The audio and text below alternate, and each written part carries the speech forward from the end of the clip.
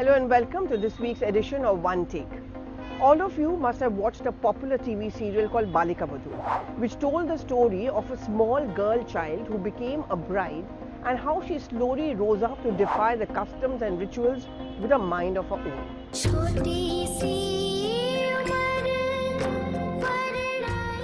It may seem romantic for many who are watching it, who lauded Anandi's efforts, because that's what she was in the serial Balika Vadhu. But there are many such Anandis who are flourishing in our country, but not all of them are happy. Not all of them get an opportunity to fight back. And that's because despite the fact that there is a ban on child marriages, they continue to exist in many parts of India.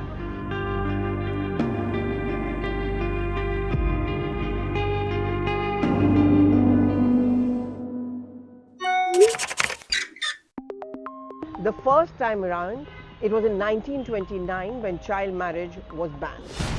After that, successive governments have tweaked the law, as a result of which the marriage age for women has gone down from 18, it's gone up to 21, and the entire effort behind that has been to ensure that no woman is forced into a marriage, or she has a right to say no, where she has a right to best education facilities and also take up a career if she wants to do so. But why am I talking about a child marriage this week? The reason is because of a development which took place in Assam, because of which there has been huge politics and protests.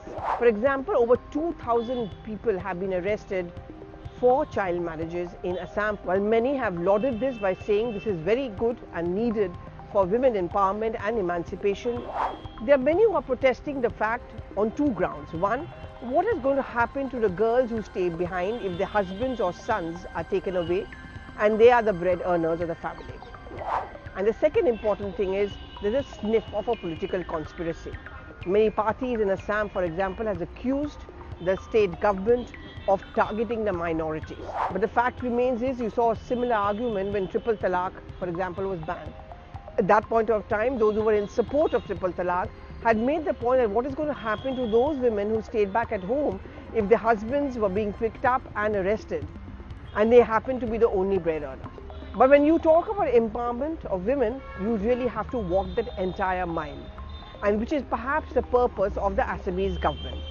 Which is why I'm also asking this question this week, that what Assam is saying should it be emulated by other state governments as well.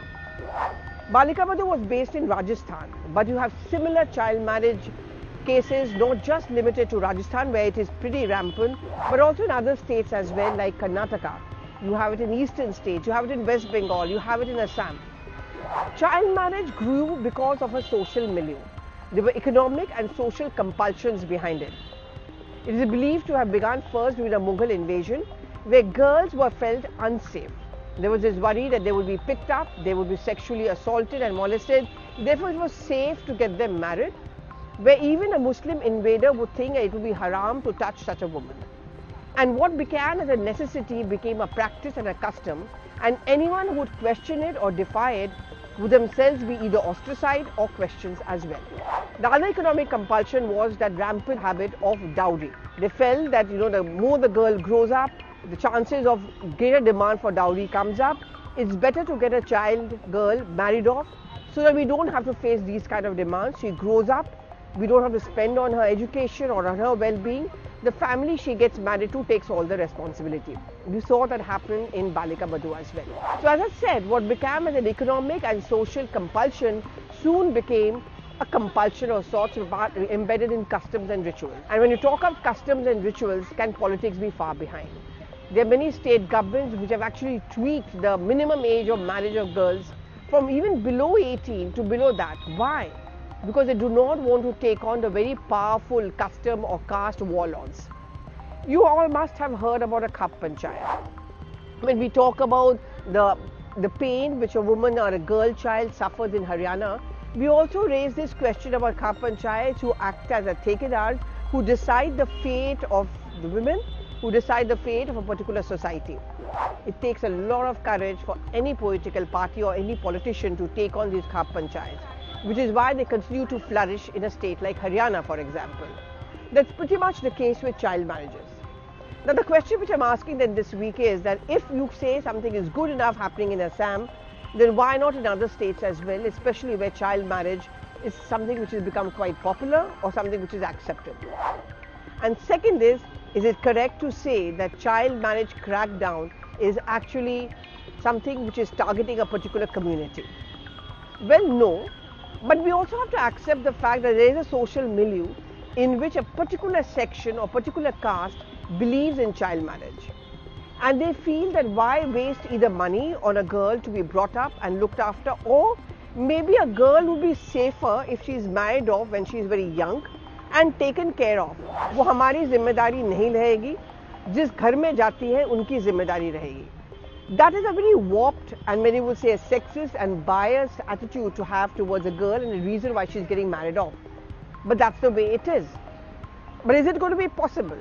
I remember in Rajasthan, when the Gehlot government had proposed that the Ghungat should be removed, it had met with hue and cry.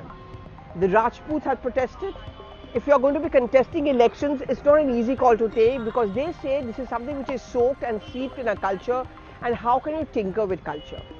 And despite some strong words which came in from Ashok Gehlot, despite the fact that the Congress party talks about women empowerment and how there should be a women reservation bill, as far when it comes to real politics is concerned, it's not going to be an easy call to take. Which is why very often such decisions are in a state of limbo. While it may be easier to implement it in Assam and a crackdown over there, it may not be easy in states like say Rajasthan or Karnataka. Now in Rajasthan there are elections round the corner, and as it is, the Gehlot government is on a tricky foot. The Congress has very little hopes, if you speak to them in private, of coming back to power in the state. At this point of time, to take a step like this and a complete crackdown on child marriages may not be all that easy for them, which is why a political compulsion perhaps forces them to remain silent, and that is the tragedy of our times. You know, interestingly, this is one district, and that too in Orissa, which is completely child marriage free, and that is the Ganjam district. It has been lauded, it has been appreciated, and there have been efforts being made to emulate it in other states as well. Jammu and Kashmir, for example, has 0 child marriage cases. As I said, it's got to do with a way of thinking, a social milieu, a caste, and it's so deeply embedded that beyond a point of time, it's not got to do with only one party in power or any one political party. It becomes a part of the narrative, which is why in Assam, many think it was perhaps easier, but I would certainly say it's a laudable step to take. And why is an Assam example so difficult to implement in other states? But that is because in states which show a high register of child marriages are also the one ironically going in for elections. Karnataka, Rajasthan for that matter.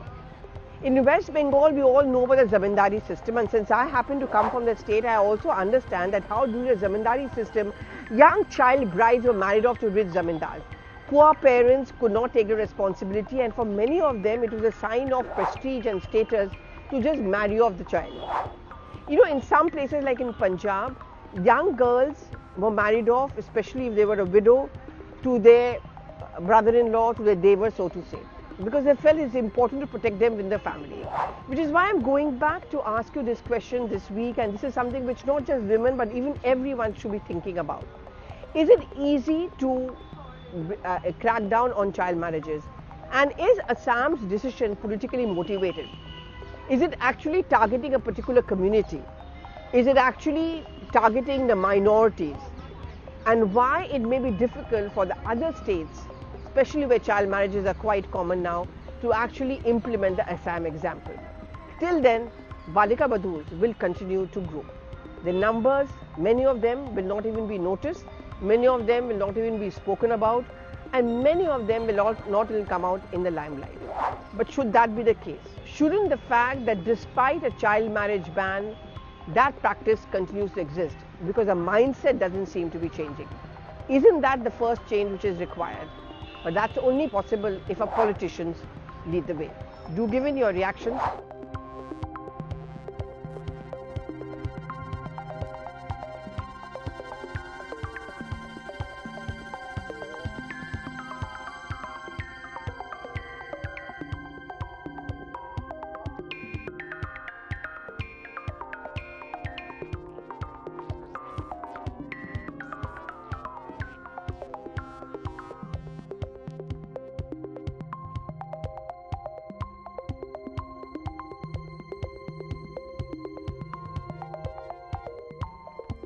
Thank you so much for watching.